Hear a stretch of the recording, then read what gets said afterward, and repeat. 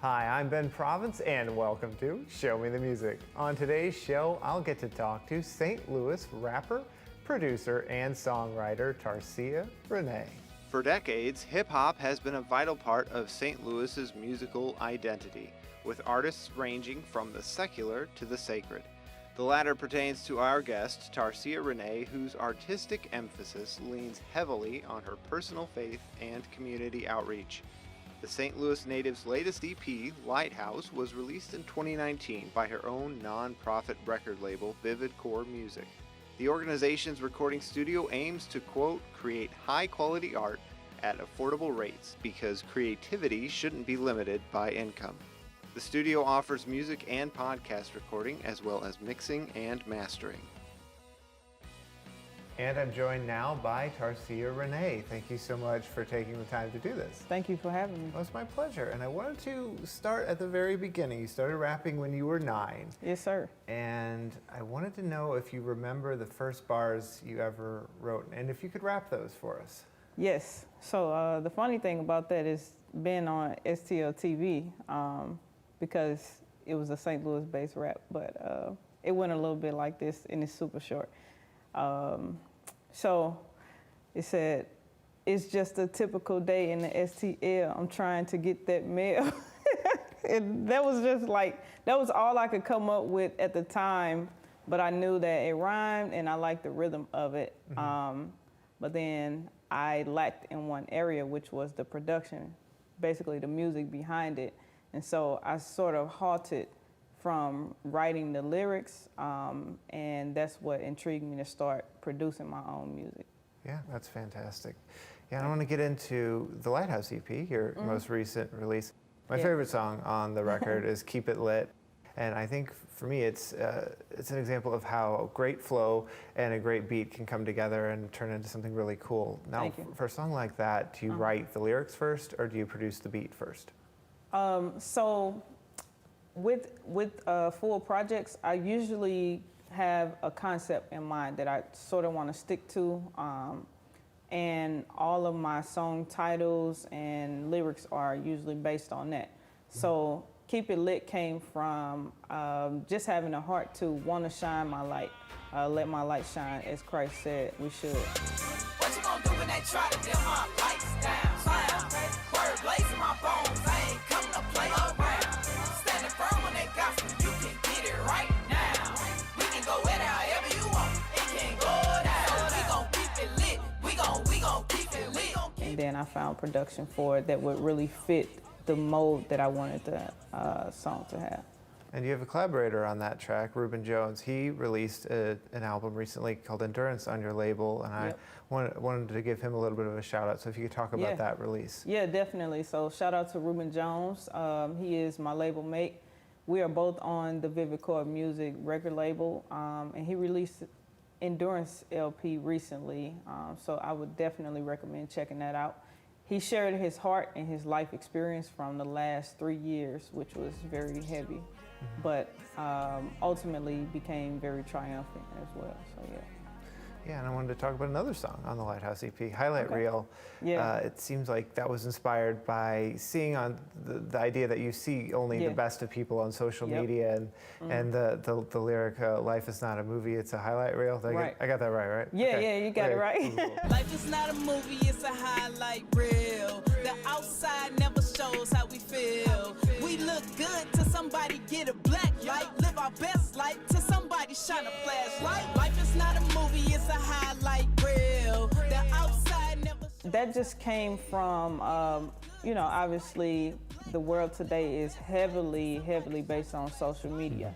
But a lot of people, they don't post the bad things that they're dealing with. They may post, maybe when a family member or a friend passes or something like that. But for the most part, even myself, we share the highlights, like the high points of our lives that we want people to see. We don't typically share the worst of the worst things, but we can sort of give off a life of perfection, or like this great life, even when we have our bad moments, we're still posting the best things that we may have in our phones or tablets, or from the computer. But highlight reel is just about, you know, having a real perception of people and realizing, you know, we shouldn't envy the fact that this person's life may look a certain way, because behind the scenes, outside of what they're actually posting, it can be much, much worse than that. So that's what really influenced me to make that song, and just, you know, sharing my heart about it, and sharing the fact that people should stay grounded and find contentment in their personal lives, not, you know, looking at another person's life and saying, I want this or I want that, because you just never know how bad things really are behind those posts. No, you don't. That's absolutely true. Yeah. And you touched on it a little bit. You're a nonprofit record label, Vivid Core Music. Why was it important for you to make that a nonprofit? So Vivid Core Music, it was important essentially for me to make that a nonprofit, because I wanted to make it a community resource rather than putting profit over people. I want the record label and the recording studio to be a resource that's more accessible to like that urban inner city kid that may be underserved, where there's not a lot of resources in city-based or public schools. There's not a lot of extracurricular activities to plug into either, like just from the school itself. So I wanted to make it affordable and accessible. That was primarily what made me go ahead and make it a nonprofit, because typically a lot of recording studios, they'll charge, you know, what the actual value of doing the work is for running a recording studio. But I wanted to look at the person who I wanted to serve rather than the service that's being provided. I think that's great. And you have artists on your label, and I was Yes, reading sir. about how you assist them with branding Yeah. and collecting royalties. How does that Yes, work for your artists? Yeah, so with artists who are on Vivid Core Music, the record label side of things, we try to help them, you know, really brand who they are as a person and weave that into their artistry. But there's also a business side, you know, that's important that a lot of artists neglect. And it takes money to record music and to distribute music. So where we step in at is ensuring that the artist is still getting some type of return on their investment. Even though they're not doing it for profit, it's important to just not throw money in the air, you know, and just kind of leave it as it is.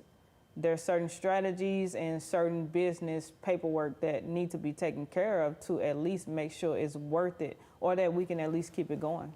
So, Yeah, exactly. And I wanted to clarify that an artist to work with you in your studio doesn't have to be an artist on your label. They Not at all.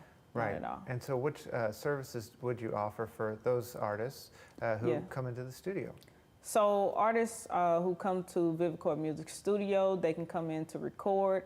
Some artists just simply need music behind lyrics that they've written already. They can come in to have their music mixed, which is basically having a recording go through the process of making it sound good, per se.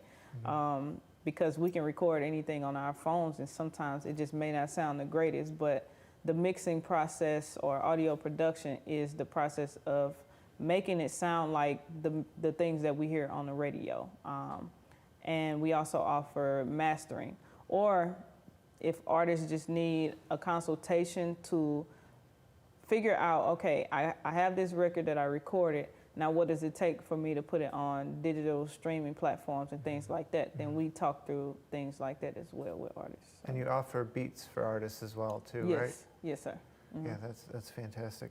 Thank you. You did some recent renovations as well at the studio. Can you talk about that? Yeah, so actually through a partnership with the church that I attend, Faith Community Bible Church, we were able to have discussion with my pastor, because we were in a transitional period during COVID where we were moving from home, but also there was this discomfort that I had with having a home studio. You know, you don't want to bring everybody into the home, whether you know them or don't know them. It's just safety precaution for my family. So there came some discomfort with running a home-based studio, which is what Vivid Core Music was initially when it started. And so in that conversation with our pastor, we came to the conclusion of us being able to rent space at the church because no one was using the third floor at our church. So that just worked out perfectly. Yeah. Wow. And I wanted to give you a minute to talk about the other two artists on Vivid Chord Music, No problem. Gully Mark and Noel Jones. Yeah, thank you. So Gully Mark is another rapper that we have a part of the label, but he also sings. Wake up from the snooze. I got some good news. Just because in life you take a L, that don't mean you gotta lose. W's up, got a dub over her. Had my share of the pain in the first. Gully Mark released a project right before Ruben Jones did, and it's called Won't Fold EP Part 1. Just for some insight, Part 1 is very important. Noel Jones is also working on some new music, and Noel sings. I would call her a blend between pop and R&B, but definitely still Christ-centered. All of our music is Christ-centered because that's the standard that we set as a label, so yeah. Yeah, well, I think that's wonderful. I love Thank your you. vision and I appreciate and what you're doing. But to talk specifically about your own music, Okay. you talked to me a little bit off camera that you Yeah. have a new project in the works, and I want to know all about that. Yeah. So I guess to give you a little more insider, we are actually moving into an EP/single model with the label just because people consume music so much faster nowadays.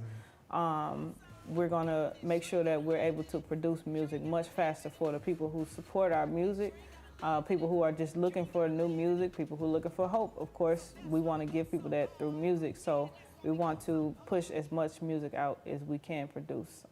So I've been working on a few singles myself, and those will be heard soon. Does it change your approach as a songwriter to do something specifically for a single as compared to a concept for an EP or an album? Yes, I would say for me personally, singles are a more free process because if I find a beat or a topic that's just based on even current events or something that's heavily been on my heart lately, then I can find the music that, you know, I want to write to and easily just write the lyrics based on that. With an EP, I have a certain concept that I'm trying to stick to. So everything is kind of birthed out of that. It's not necessarily harder, but it's just a different process. And finally, I wanted to ask, what's your best advice you could give to an artist/producer who's trying to become the next Tarsia Renee? The best advice that I can give is to stay focused, because life can throw a lot of different things at us that can get us off track or make us discouraged from creating music or writing music. And I would say with staying focused, you can write from the heart, even in those moments that you may be discouraged. Some people make some of the best music when they are discouraged or when they're down about something or when life sort of is, you know, on the harder side of things. So I would just say stay focused on why you do what you do. Yeah. I think that's great advice. Thank you. Thank you so much for doing this. Thank you so much for having me. I definitely appreciate Well, it. it's my pleasure. And you're watching Show Me the Music. I'm just trying to show 'em, yeah, what hope really look like. Hoping that they get to know 'em, 'cause they future don't look bright. Tarsia Renee's latest EP, Lighthouse, is available now on streaming platforms. To learn more about her non-profit record label and recording studio, or to book studio time, visit vividcoremusic.com. Well, that'll do it for today's show. I want to give a huge thank you to my guest, Tarsia Renee. And on behalf of the entire crew, my name is Ben Province, and I'm asking you to show me the music.